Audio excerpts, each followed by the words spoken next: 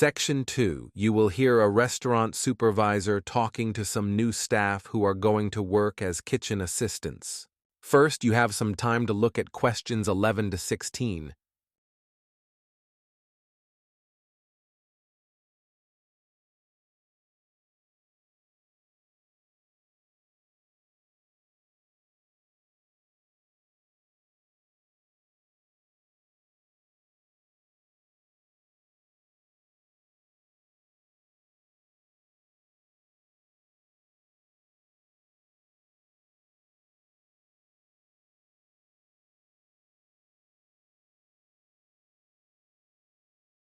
Now listen carefully and answer questions 11 to 16. Good morning, everyone. I'm Kelly Morris, the supervisor here at the restaurant. I believe none of you have worked in a kitchen before, which is completely fine. Most of our kitchen helpers start just like you. Many say the best part of the job is that it's always changing. You'll have a variety of tasks to keep things interesting. Sure, the work can get intense at times, and yes, you might be told off now and then, but it's all part of the fast-paced environment. And if you work hard, there's a chance for more responsibility later on. It's great to see all of you arriving on time today. That's an excellent habit. I also noticed everyone's wearing proper footwear, which is essential since the floor may get wet and slippery. Those of you with long hair have tied it back, which is what we expect. However, I can still see a few people wearing bracelets and rings. Please take them off now and keep them somewhere safe. And try not to wear them again for work. They can be risky in a kitchen. You're going to have a busy shift today.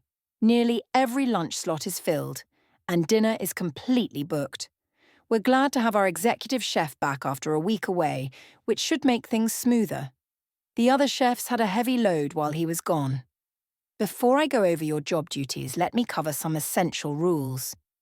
Everyone, no matter your age, must not use certain machines unless you've received full training. For instance, the food disposal unit requires special handling.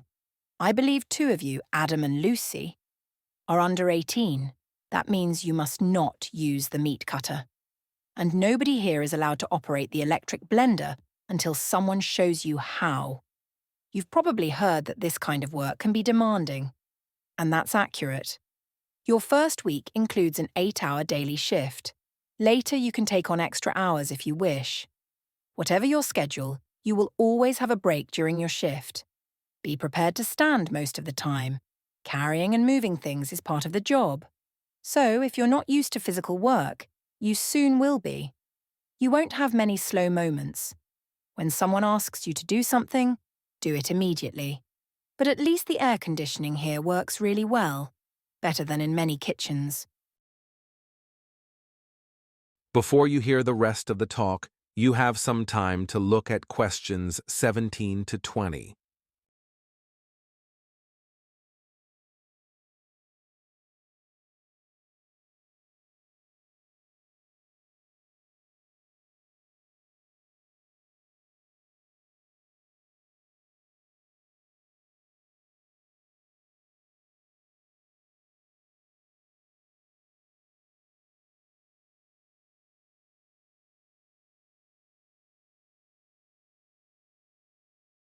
Now listen and answer questions 17 to 20.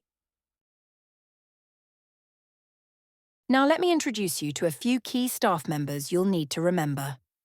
As I mentioned, I'm Kelly Morris, and I manage the shift schedules and assign daily tasks.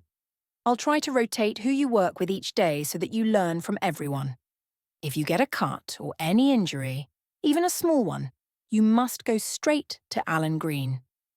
He'll make a note of what happened and either treat you himself or send you somewhere that can. He's trained in basic medical care. If you drop and break anything, like a dish or bowl, speak to Marcus Lane. Don't just leave it lying around.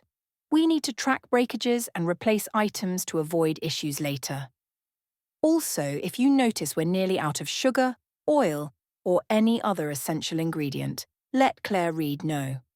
She manages our supplies and will restock whatever's needed. That is the end of Section 2. You now have half a minute to check your answers.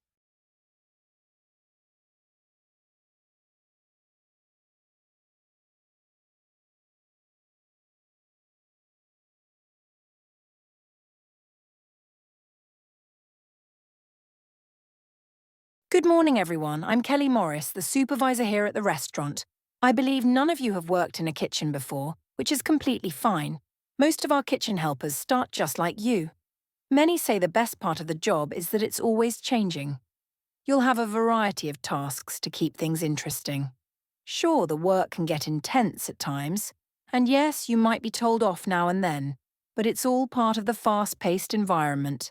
And if you work hard, there's a chance for more responsibility later on. It's great to see all of you arriving on time today. That's an excellent habit. I also noticed everyone's wearing proper footwear, which is essential since the floor may get wet and slippery. Those of you with long hair have tied it back, which is what we expect. However, I can still see a few people wearing bracelets and rings. Please take them off now and keep them somewhere safe. And try not to wear them again for work. They can be risky in a kitchen. You're going to have a busy shift today. Nearly every lunch slot is filled, and dinner is completely booked. We're glad to have our executive chef back after a week away, which should make things smoother. The other chefs had a heavy load while he was gone. Before I go over your job duties, let me cover some essential rules. Everyone, no matter your age, must not use certain machines unless you've received full training. For instance, the food disposal unit requires special handling. I believe 2 of you, Adam and Lucy, are under 18. That means you must not use the meat cutter.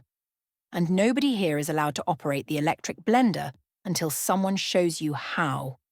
You've probably heard that this kind of work can be demanding. And that's accurate. Your first week includes an 8-hour daily shift. Later, you can take on extra hours if you wish. Whatever your schedule, you will always have a break during your shift. Be prepared to stand most of the time.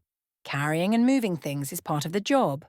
So, if you're not used to physical work, you soon will be. You won't have many slow moments. When someone asks you to do something, do it immediately. But at least the air conditioning here works really well, better than in many kitchens. Now let me introduce you to a few key staff members you'll need to remember. As I mentioned, I'm Kelly Morris, and I manage the shift schedules and assign daily tasks. I'll try to rotate who you work with each day so that you learn from everyone. If you get a cut or any injury, even a small one, you must go straight to Alan Green. He'll make a note of what happened and either treat you himself or send you somewhere that can. He's trained in basic medical care. If you drop and break anything, like a dish or bowl, speak to Marcus Lane. Don't just leave it lying around. We need to track breakages and replace items to avoid issues later. Also, if you notice we're nearly out of sugar, oil, or any other essential ingredient, let Claire Reed know. She manages our supplies and will restock whatever's needed.